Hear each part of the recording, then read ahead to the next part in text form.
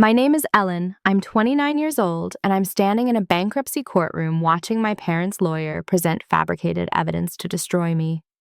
The courtroom is packed with my former colleagues, business partners, and friends, all witnessing my public humiliation. My parents sit there with satisfied smirks while their attorney details my supposed crimes.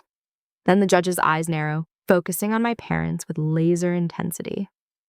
Mrs. Thompson, he says slowly, can you explain why these bank statements show transfers from your daughter's account with your signatures as authorized users? Before we dive into how my own parents orchestrated my complete destruction, I want to know where you're watching from today. If you've ever felt betrayed by family or wondered how far people will go for money and control, hit that like button and subscribe to hear this shocking story unfold. Trust me, you'll want to hear every detail of how one judge's question exposed a conspiracy that would leave everyone speechless. Growing up in the Thompson household meant living in my younger brother Dylan's shadow. My father, Robert, built a successful construction empire from nothing, while my mother, Diana, perfected the art of being a socialite who could charm investors at country club dinners. They had specific roles planned for their children, except I never got the memo that my role was to fail. Dylan, 3 years younger than me, could do no wrong in their eyes. When he got expelled from his first college for cheating, Dad called it a misunderstanding. When he crashed his third car while drunk, Mom blamed the other driver. When he burned through $200,000 on a failed nightclub venture at 22, they called it a learning experience. Meanwhile, I worked 3 jobs to pay for my state college education because, according to them, girls didn't need fancy degrees. I remember the exact moment I realized I'd never be enough for them. I was 23, had just graduated summa cum laude with a business degree, and landed a job at a Fortune 500 company. I rushed home to share the news, only to find them throwing a party for Dylan because he'd managed to stay enrolled in his 4th college for a whole semester. Ellen's here with her little news too, Mom had said, waving dismissively at my achievement. That's when I stopped seeking their approval and started building my own life. Within 5 years, I'd saved enough to start my own marketing firm. I studied trends, obsessively networked relentlessly, and pitched to clients with a hunger that came from years of being told I wasn't worth investing in. My firm grew from a laptop on my kitchen table to a team of 15 brilliant minds working out of a downtown office. Success felt surreal. We landed regional brands, then national ones. My strategies increased client revenues by an average of 40%. I was featured in industry magazines, invited to speak at conferences, and built a reputation as someone who delivered results. My parents suddenly started mentioning me at their social gatherings, though they always managed to work in how Dylan was finding himself and would surely surpass my little business venture soon. The breaking point came last month. Dylan showed up at my office, unannounced, designer suit wrinkled, reeking of last night's party. "I'm ready to be your VP of operations," he announced, sprawling across my conference room chair. When I asked about his qualifications, he laughed. "I'm your brother. Dad says family businesses need family leadership." He wanted $200,000 a year, a corner office, and a company car. He'd never worked a day in his life. When I politely declined explaining, I couldn't justify that salary for someone with no experience. His face darkened in a way I'd seen before. It was the same look he had before getting me grounded for things he'd done as kids. "You'll regret this," he said quietly. "Mom and Dad won't let you disrespect family like this." The next day, my parents called me to their estate. Dad sat behind his mahogany desk like a mob boss, while Mom perched on her chair, lips pursed in disapproval. "We're very disappointed, Ellen," Dad began. "We've given you everything, and this is how you repay us, by abandoning your brother." "I've built my company from nothing," I protested. "I can't hand over executive positions to someone unqualified just because we share DNA." Mom's voice was ice. "Family supports family, or you're no daughter of ours. Fix this, or face the consequences." I left their house thinking it was an empty threat.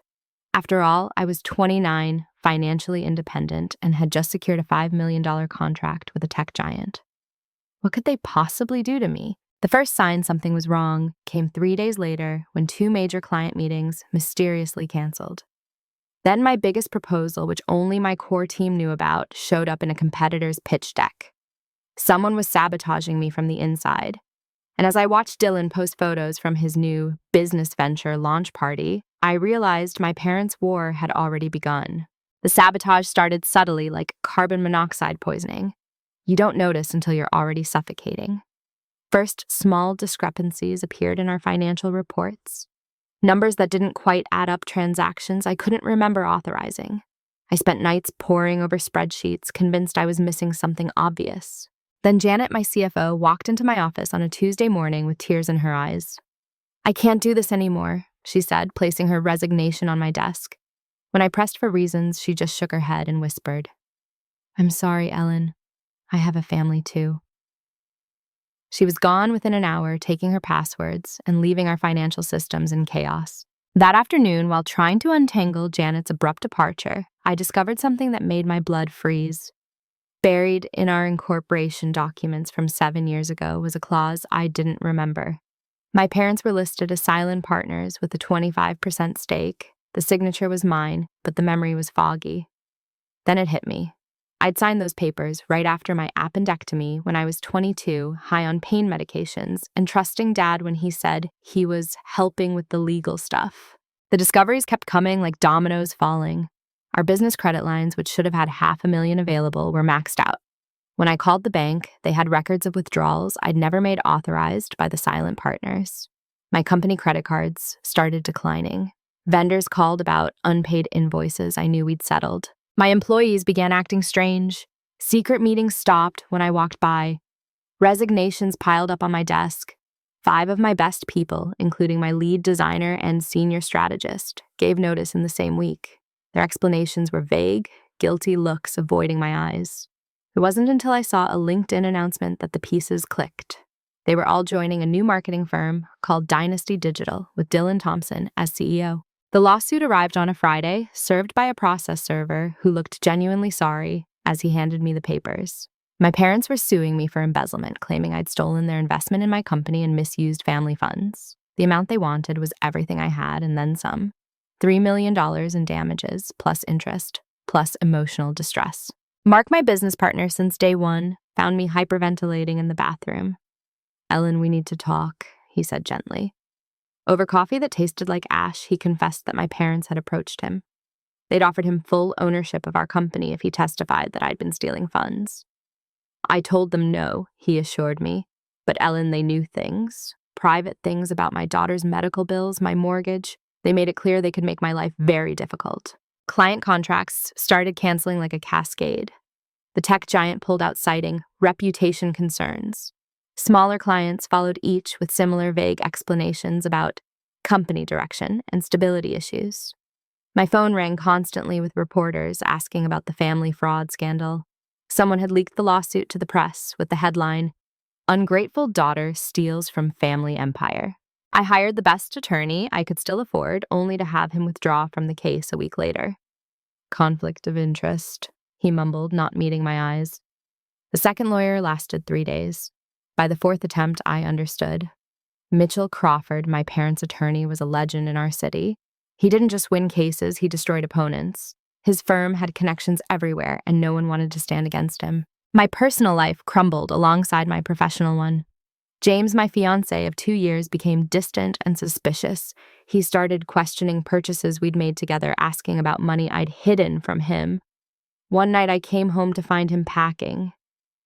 "I can't marry someone I don't trust," he said coldly. "The private investigator your parents hired showed me everything. The secret accounts, the other men. I can't believe I fell for your act." "What private investigator? What other men?" I pleaded, but he was gone, taking my grandmother's ring with him. Later, I'd learned my parents had hired actors and photoshopped images, creating an entire false life they'd presented as evidence of my deception. By week 3 of their campaign, I was unrecognizable. My business was hemorrhaging money and clients. My reputation was destroyed. Former mentors crossed the street to avoid me.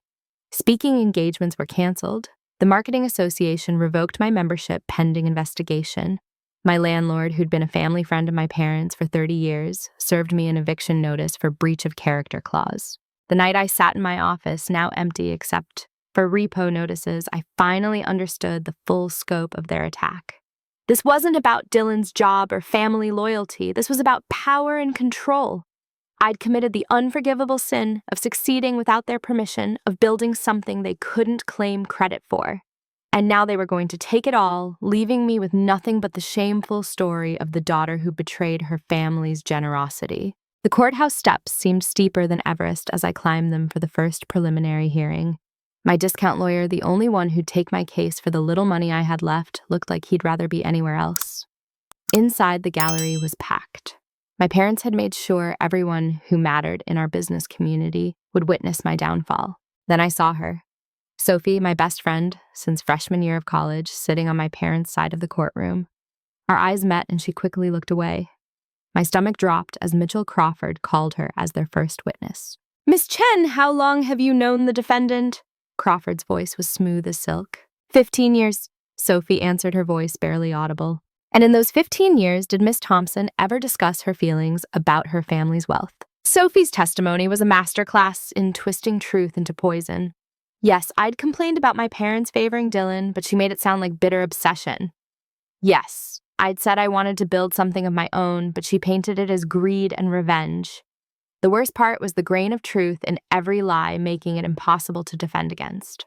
During a break, I cornered her outside. "Sophie, what are you doing? You know, none of this is true." She finally met my eyes, tears streaming down her face. "I'm pregnant, Ellen. It's Dylan's baby. We've been together for 6 months. Your parents promised to take care of us, to give our child the life it deserves. I'm sorry, but I have to think about my family now." The hits kept coming. Professor Williams, who'd mentored me through business school, took the stand next. He testified about my aggressive tendencies and unhealthy competitive nature, painting a picture of a student who'd do anything to win. I sat frozen as the man who'd written my recommendation letters described a person I didn't recognize. That evening, desperate to understand how my parents were accessing my accounts and information, I discovered something that explained everything. Hidden in my medical files was a power of attorney I'd signed when I was 23 during an emergency hospitalization for a severe allergic reaction. It was meant to be temporary, allowing my parents to handle immediate medical decisions. It was never revoked. They'd been using it to access everything: my bank accounts, my business records, my entire life. The betrayals became an avalanche. My Aunt Grace's mom's sister, who'd always been my safe haven during family storms, admitted she'd been feeding my parents information for years. "I thought I was helping," she sobbed over the phone. "They said they were worried about you, that they needed to watch out for you. I gave them your passwords when you stayed with me last Christmas. I'm so sorry, Ellen." My apartment, the last space that felt safe, became a battlefield. The landlord didn't just evict me, he did it with maximum cruelty. Locks changed while I was at court, my belongings dumped in the lobby. Neighbors I'd shared dinners with wouldn't make eye contact as I scrambled to pack what I could into my car. The car that was repossessed the next morning. Turns out my parents had co-signed that loan too, back when I just started working and needed help with credit. They'd called it in. Even my health insurance vanished. The company claimed non-payment, though I knew I'd set up automatic deductions. Later, I learned my parents had called using that old power of attorney to redirect the payments to a closed account. When I tried to refill my anxiety medication, the pharmacist looked at me with pity. "I'm sorry it's been declined. That'll be $300 without insurance." I couldn't afford $300. I couldn't afford anything. The local news picked up the story with glee.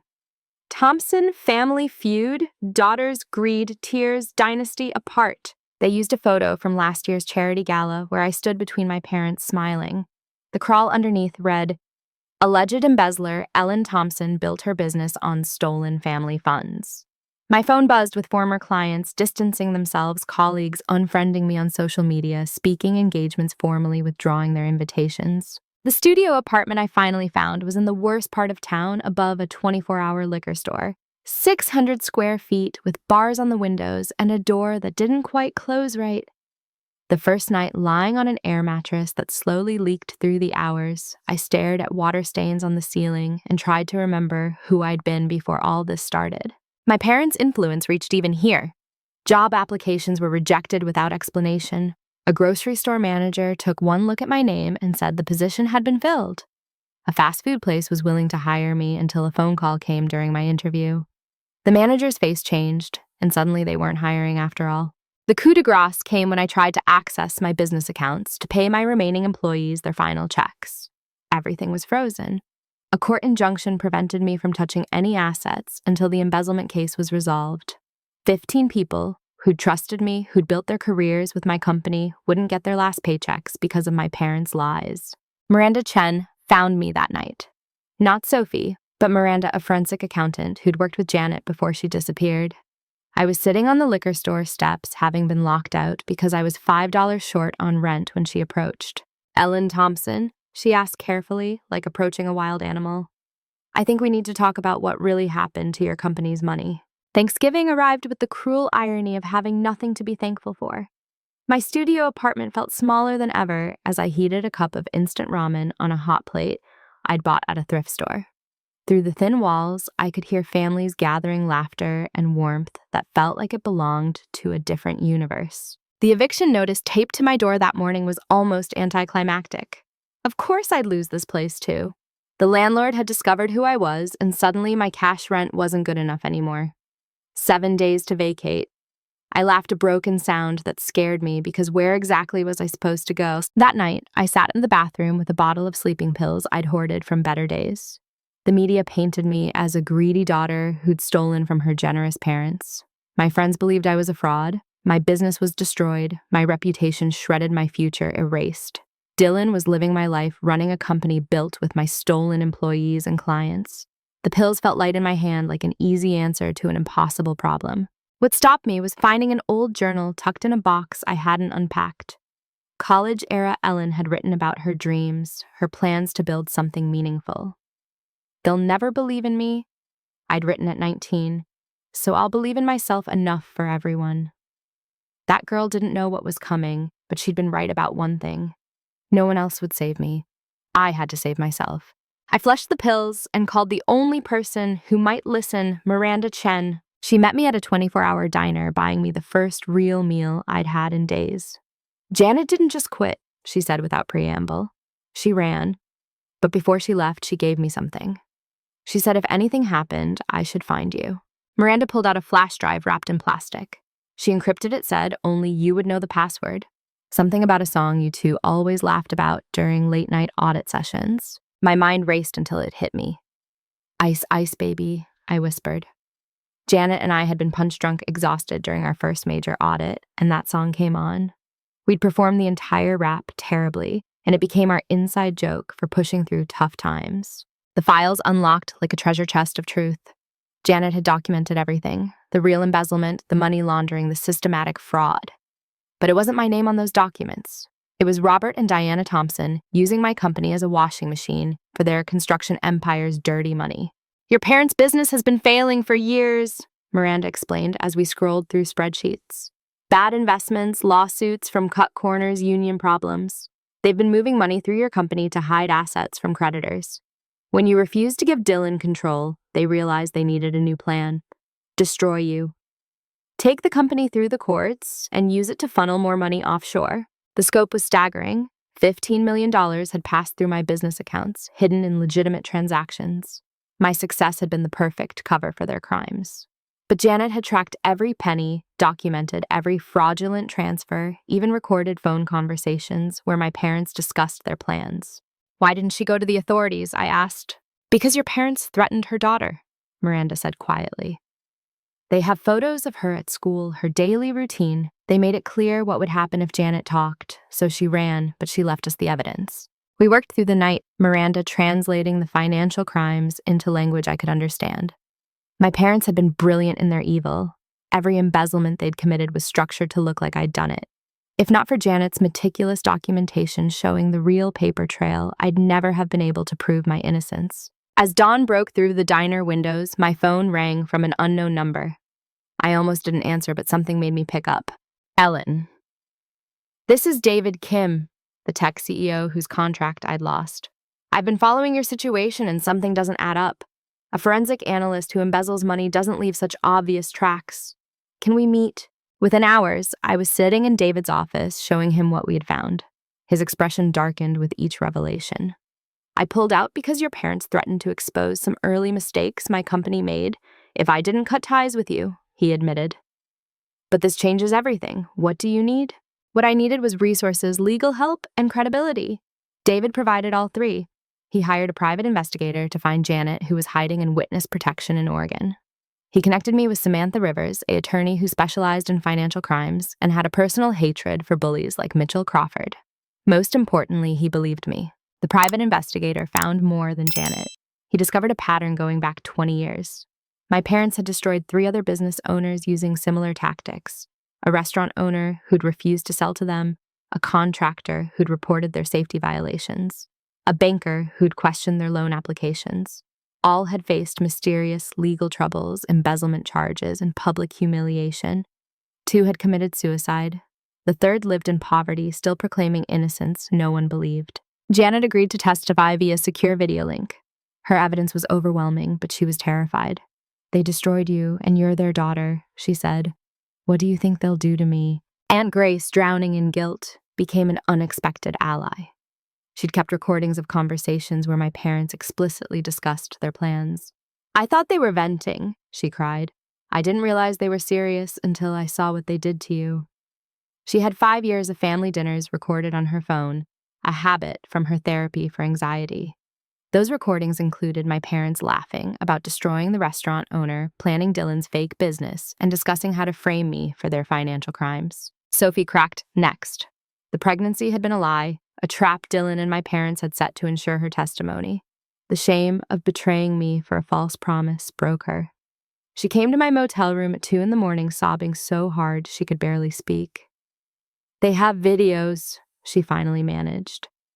"From college, spring break. They said they'd release them if I didn't testify, but I can't live with what I've done to you." Even Professor Williams reached out confessing my parents had threatened to destroy his research funding and expose a plagiarism mistake from his youth if he didn't cooperate.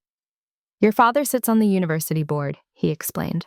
"One word from him and my career ends." Mark, my business partner, revealed he'd been secretly documenting everything, hoping to protect us both. "I played along to buy time," he said, showing me emails where my parents explicitly outlined their plans to steal the company. The FBI got involved after David Kim formally reported the interstate financial crimes. Suddenly, my parents were the ones under investigation. Their assets were frozen, their passport privileges revoked. The hunter had become the hunted. But the real victory came from an unexpected source. Mitchell Crawford's paralegal, disgusted by what she'd been asked to do, leaked documents showing Crawford had knowingly presented false evidence.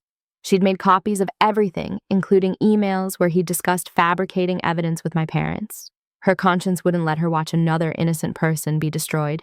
The bankruptcy hearing that was meant to be my funeral became my resurrection. Samantha Rivers was everything Mitchell Crawford wasn't. Where he was flash and intimidation, she was precision and quiet devastation. Our first meeting lasted 6 hours as she absorbed every detail, every document, every recording. When she finally looked up, her smile was sharp enough to cut glass. "Your parents made one crucial mistake," she said. "They got greedy. If they'd just destroyed your business, they might have succeeded. But they couldn't resist using it for their own crimes. That paper trail will bury them." We built our case like architects of truth. Every lie my parents told had a corresponding fact to destroy it. Every fabricated document had Janet's real records to counter it. Every witness they'd coerced had recordings or messages showing the threats. Samantha didn't just want to prove my innocence. She wanted to expose the entire conspiracy. The forensic analysis was damning. Miranda Chen worked with 3 other specialists to trace the money flows. $15 million had moved through my company to offshore accounts in the Caymans and Switzerland. The signatures were digital, but the IP addresses traced back to my father's home office and my mother's laptop. They'd been sloppy, arrogant, in their assumption that I'd never have the resources to investigate properly. Sophie's full testimony broke the case open. She'd kept everything text messages from Dylan promising a future together if she testified, emails from my mother with explicit instructions on what to say, even recordings of prep sessions with Mitchell Crawford, where he coached her to cry at specific moments. The pregnancy test Dylan had forced her to take, faked with hormones he'd bought online. "I was so stupid," she wept during her deposition. "They made me feel special, like I was finally part of the family I'd always envied. They knew exactly how to manipulate me, using my jealousy of your relationship with your parents against both of us." Professor Williams provided his evidence with the righteous anger of an academic whose integrity had been questioned. He brought evaluation records showing I'd been an exemplary student, emails where my father threatened to expose a 20-year-old citation error if he didn't cooperate, and written testimony from other professors confirming my character. The other victims my investigator found were crucial. Sarah Martinez, the journalist who'd broken my story, was horrified to learn she'd been used. She dove into investigative mode, uncovering a 2-decade pattern of destruction. Her series, The Thompson Trail of Tears, ran for 5 days and destroyed what was left of my parents' reputation. The restaurant owner they'd ruined lived in a trailer park outside the city. When he heard about my case, he wept. 20 years I've been telling people I was innocent. 20 years of being called a thief and a liar. Thank you for proving I'm not crazy. His evidence boxes of documents he'd saved, despite everyone telling him to move on, showed the exact same pattern of attack.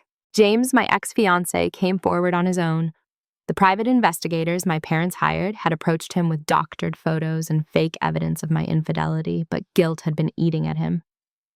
I should have trusted you, he said, handing over everything they'd given him. The metadata on these photos shows they were created after I'd already left you. They manufactured evidence to justify a decision they'd manipulated me into making. The FBI investigation expanded daily. Agent Sarah Coleman, the lead investigator, told me they'd been watching my parents for years but could never find enough evidence. Your case connected dots we've been trying to link since the early 2000s. Your parents aren't just guilty of destroying you, they're looking at RICO charges. Local businesses started coming forward with stories of extortion and threats. My parents had built their empire on fear, using their wealth and connections to silence anyone who opposed them. The construction company's success built on bid rigging and intimidation. Their social standing maintained by destroying anyone who threatened their image. Even Dylan began to crack. The golden child discovered that golden cages are still cages. His parents controlled every aspect of his life, from his friends to his finances. The business they'd set up for him was another money laundering front, and when he tried to actually run it legitimately, they threatened him too. You don't understand, he told me during a secret meeting at a park. I've never been their son. I've been their puppet. Every failure, every screw-up, it was all orchestrated to keep me dependent. They destroyed you because you escaped. I never had that courage. Crawford's firm abandoned him when the paralegal went public with her evidence. Suddenly, the legendary attorney who'd never lost a case was facing disbarment and criminal charges. His partners protecting their own reputations threw him under the bus, with enthusiasm providing more evidence of his corrupt practices. The State Bar Association opened an investigation. Judges who'd ruled in Crawford's favor were scrutinized. Several retired early rather than face inquiry. The network of corruption my parents had built was unraveling thread by thread, and each pulled string revealed more rot beneath. My employees who'd been poached came forward with their own stories. They'd been threatened, blackmailed, and coerced. One designer's husband had suddenly faced deportation issues until she agreed to leave. Another strategist's son had been expelled from private school on false allegations until she complied. They'd all been victims forced to choose between their loyalty to me and their family's safety. We never wanted to leave them, they told me. We tried to warn you, but they were always watching. They had people everywhere. The court of public opinion shifted with hurricane force. The news stories that had painted me as a greedy daughter now portrayed me as a survivor of elaborate family abuse. Business leaders who'd shunned me reached out with apologies and support. Speaking engagements were reoffered with bonuses for the inconvenience. But the real vindication came from an unexpected source. Mitchell Crawford, facing certain conviction, flipped on my parents to save himself.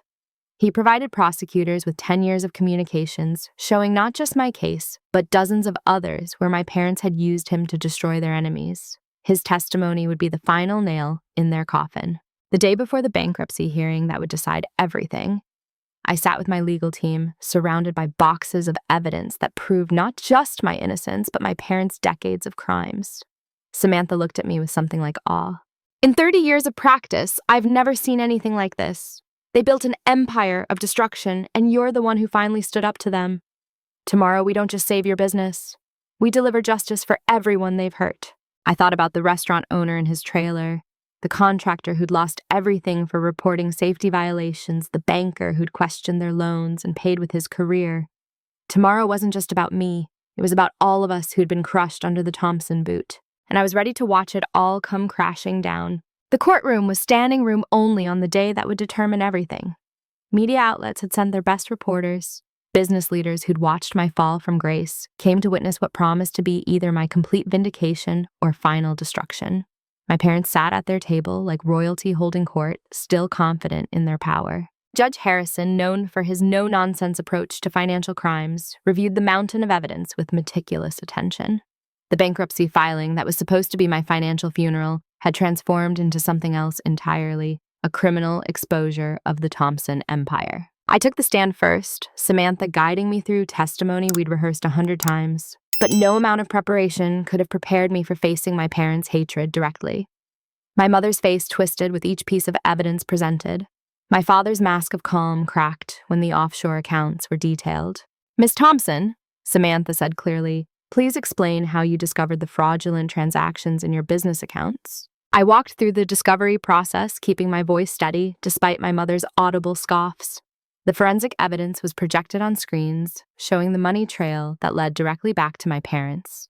Bank records, IP addresses, digital signatures, Janet's documentation, and painted an undeniable picture of systematic fraud. Crawford tried to object to everything, but Judge Harrison shut him down repeatedly.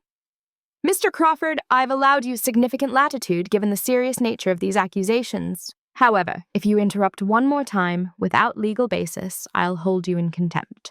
When Janet testified via secure video link, the courtroom was silent. Her evidence was devastating. Phone recordings of my parents discussing how to frame me, emails planning the money transfers, documents showing the real signatures versus the forged ones. She broke down crying when she described their threats against her daughter. "They showed me pictures of Emma at her school," Janet sobbed. "They knew her schedule, her friends, her teachers. They said accidents happen to children all the time. I couldn't risk my baby's life, not even for Ellen, and I'll never forgive myself for running." Sophie took the stand next, her shame palpable. She detailed the manipulation, the false promises, the fabricated pregnancy. "Dylan Thompson promised me a life I'd always dreamed of," she said, looking directly at him. But it was all lies. They used my jealousy and insecurity to turn me into a weapon against my best friend. The most dramatic moment came when Professor Williams testified. The distinguished academic brought documentation going back 15 years, showing my father's pattern of using board positions to threaten and control. "The Thompson family has corrupted our institutions," he stated firmly. "They've used charitable donations and board positions as weapons to destroy anyone who opposed them." Agent Coleman from the FBI testified about their investigation's findings. The money laundering alone totaled over $50 million across 2 decades. The RICO charges were explained in detail, showing how my parents had run their construction empire like a criminal organization. Then came the witnesses my parents never expected. The restaurant owner, now in his 70s, testified about losing everything 20 years ago. The contractor spoke about his wife's suicide after they lost their home. The banker detailed how his career was destroyed for questioning suspicious loans. Each story was a mirror of mine, the same pattern of destruction played out over decades. Crawford's paralegal testimony was surgical in its precision. She'd brought receipts for everything, emails discussing fabricating evidence, recordings of Crawford coaching, lying witnesses' documents, showing he knew the charges against me were false from the beginning. "I became a paralegal to help people find justice," she said, looking at Crawford with disgust. "Not to destroy innocent lives for profit." Dylan's testimony shocked everyone, including our parents. My brother, the golden child, finally found his spine. "I've been their puppet my entire life," he said, his voice shaking. "Every failure was orchestrated to keep me dependent. Every success was taken away to keep me weak. They didn't just destroy Ellen. They destroyed any chance I had at becoming a real person." He revealed that our parents had been planning this for years, ever since I'd shown signs of independence. "Ellen was supposed to fail," he explained. "She was supposed to need them to come crawling back for help. When she succeeded on her own, she became a threat to their control. They couldn't have one child free while keeping the other enslaved." Mark testified about the threats against his family, providing emails and recordings. David Kim explained how my parents had extorted his cooperation. Even my landlord came forward ashamed of his participation and providing evidence of their coercion. Then Crawford made his fatal mistake. In desperation, he called my parents to testify. My father took the stand with his usual arrogance, confident he could charm his way through any interrogation. That's when Judge Harrison intervened with the question that changed everything. "Mr. Thompson, the judge said slowly, studying documents on his bench. Before we proceed with your testimony, I need clarification on something. These bank statements show multiple transfers from your daughter's business account to offshore holdings. Can you explain why these transfers show your signatures as authorized users? The courtroom held its breath. My father's face went through a transformation, confusion, realization, then barely controlled panic. Those must be forged. We would never. Forged! Judge Harrison's eyebrows rose. That's interesting, Mr. Thompson, because the digital forensics show these signatures were made from IP addresses registered to your home and office computers. The timestamps match your personal calendar. Are you suggesting someone broke into your home and office repeatedly to forge your digital signature? My mother stood up suddenly. This is ridiculous! She's our daughter. We gave her everything. She's nothing without us. Nothing! Her scream echoed through the courtroom as bailiffs moved closer. Mrs. Thompson, Judge Harrison said coldly, you'll sit down immediately or be removed from my courtroom. You were never supposed to succeed, she screamed at me, her mask finally completely shattered. You were supposed to be grateful, dependent like Dylan. You had no right to build something we didn't give you. No right to be more than what we allowed. The bailiffs dragged her out as she continued screaming, revealing the narcissistic rage that had always lurked beneath her socialite exterior. My father tried to maintain composure, but the damage was done. His own wife had confessed their motivation in open court. Crawford attempted damage control, but Judge Harrison was done listening. Mr. Crawford, I've seen enough evidence to not only dismiss this bankruptcy petition, but to recommend immediate criminal prosecution. Your conduct in this case is appalling. You've knowingly presented false evidence, coached witnesses to lie, and participated in what appears to be an extensive criminal conspiracy. The FBI agents who'd been waiting in the gallery moved forward. My parents were arrested in the courtroom, the handcuffs clicking with a finality that felt like cosmic justice. Crawford was arrested too, his legendary career ending in handcuffs and a perp walk. Ms. Thompson, Judge Harrison addressed me directly. This court finds no evidence whatsoever of the embezzlement claims against you. In fact, the evidence shows you've been the victim of an elaborate criminal conspiracy that included fraud, extortion, racketeering, and money laundering. This bankruptcy petition is dismissed with prejudice, he continued. Furthermore, I'm recommending immediate asset forfeiture proceedings against your parents' estates to recover the stolen funds. You'll have grounds for a substantial civil suit for defamation, intentional infliction of emotional distress, and business interference. I'm also referring Mr. Crawford to the Bar Association for immediate disbarment proceedings. The gavel came down with a crack that sounded like thunder. It was over. I'd won. But more than that, justice had finally caught up with Robert and Diana Thompson. As the courtroom erupted in chaos, journalists rushing to file stories, business leaders approaching with apologies and offers, I felt something I hadn't experienced in months. Peace. The truth had set me free, but more importantly, it had exposed the monsters who'd hidden behind respectability for decades. Dylan approached me in the hallway, tears streaming down his face. I'm sorry, Ellen, for everything. I was their weapon against you, and I let them use me because I was too weak to resist. We were both victims, I told him, meaning it, but we're free now. The empire built on others' destruction had finally destroyed itself.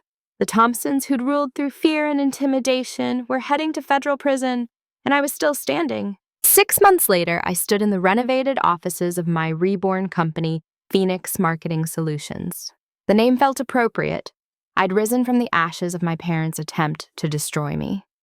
The floor-to-ceiling windows overlooked the city where I'd once been a pariah, now transformed into a symbol of resilience. The federal trial had been swift and decisive. My parents received 25 years each for racketeering, money laundering, fraud, and conspiracy. Their construction empire was liquidated with assets distributed to their victims. The restaurant owner finally got compensation for his losses. The contractor's widow received a settlement that wouldn't bring her husband back, but would secure her future. Every person they'd destroyed got a measure of justice. Dylan surprised everyone by testifying for the prosecution. His therapy had revealed years of psychological manipulation that explained but didn't excuse his actions. He received 5 years, but was serving it in a minimum security facility with access to education programs. For the first time in his life, he was taking responsibility and building something real. I'm getting my degree, he wrote in his latest letter. Not because they're making me, but because I want to. I'm sorry isn't enough for what I did, but I'm going to spend the rest of my life trying to be someone you don't have to be ashamed to call your brother. Mitchell Crawford was disbarred and sentenced to 10 years. His testimony had helped convict my parents, but it couldn't save him from the consequences of decades of corruption. His firm dissolved overnight, with ethical lawyers distancing themselves from the tainted legacy. My business didn't just recover, it exploded. David Kim's renewed contract brought credibility, and soon companies were lining up to work with the woman who'd survived the Thompson conspiracy. My story resonated with entrepreneurs who'd faced family sabotage, and I became an unexpected symbol of professional resilience. But success felt different this time. I established the Phoenix Foundation, dedicated to helping victims of family financial abuse. We provided legal resources, counseling, and financial assistance to people whose families had turned their love into weapons. The first grant went to Janet, helping her establish a new life without fear. Sophie and I slowly rebuilt our friendship. Her therapy revealed she'd been struggling with jealousy and insecurity, our entire relationship making her an easy target for my parents' manipulation. I let them weaponize my worst qualities, she said during one of our coffee meetings. But I'm learning to face those demons instead of letting them control me. She now worked with the foundation, using her experience to help others recognize manipulation tactics. If someone promises you everything you've ever wanted in exchange for betraying someone you love, she'd tell our clients that's not opportunity, that's exploitation. James reached out once, a long letter apologizing for not trusting me. He was engaged to someone new, and I was genuinely happy for him. You deserved someone who would stand by you, he wrote. I hope you find that person. I already had, though not in the way he meant. Michael Chen entered my life through the foundation. An architect who'd lost his firm to a similar family betrayal, he understood the unique trauma of being destroyed by those who should protect you. Our relationship grew, slowly built on mutual respect and shared healing rather than desperate need. You know what I love about you, he said one evening as we watched the sunset from my new apartment's balcony. You survived hell and came out kinder, not harder. That takes real strength. The speaking circuit embraced my story with enthusiasm. I traveled the country talking to business groups about recognizing family financial abuse, protecting yourself from predatory relatives, and rebuilding after betrayal. The woman who'd once hidden in a studio apartment above a liquor store now commanded 5-figure speaking fees. But the most meaningful moments came from the emails and letters. Hundreds of people wrote, sharing their own stories of family betrayal. Some were still trapped, others were fighting back. Many had given up until they heard that someone else had survived and thrived. Visiting my parents in federal prison was surreal. They sat across from me in orange jumpsuits, their power stripped away. My mother had aged 20 years and 6 months. My father's commanding presence had shrunk to bitter silence. I forgive you. I told them, meaning it, not for you, but for me. Carrying hatred is like drinking poison and expecting someone else to die. I won't let you have any more of my life. My mother's response was predictable. You destroyed our family soon, she hissed. You could have just given Dylan the job. That's when I truly understood. They were incapable of seeing what they'd done. In their minds, they would always be the victims of an ungrateful daughter who refused to be controlled. Some people can't be saved, only survived. The foundation's first gala raised $2 million. Survivors shared their stories. Donors opened their checkbooks. The restaurant owner, now living in a real home bought with his settlement, gave a speech that left no dry eyes. For 20 years, I thought I was alone, he said. Ellen Thompson showed me that silence is how they win. Speaking truth is how we heal. My company hit a $50 million valuation on its 5th anniversary. We'd expanded internationally, helping brands tell authentic stories in a world hungry for truth. The tech giant contract that started everything had grown into a partnership that revolutionized how companies connected with consumers. The old Thompson construction building became our new headquarters after I bought it at auction. Some called it poetic justice. I called it transformation. Where my parents had plotted destruction, we now created campaigns that built brands and careers. Their corner offices became therapy spaces for employees dealing with their own family traumas. Thanksgiving arrived again, this time surrounded by chosen family. My conference room table groaned under the weight of dishes brought by employees, clients who'd become friends, and fellow survivors who'd found hope in shared struggle. Sophie was there with her new boyfriend, someone who loved her for her strength, not her wounds.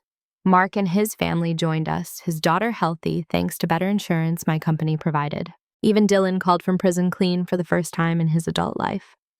"Thank you," he said simply, "for showing me it was possible to break free. Even from in here, I'm freer than I ever was under their control." Michael raised a toast as the sun set over the city. To Ellen, who showed us that family isn't about blood.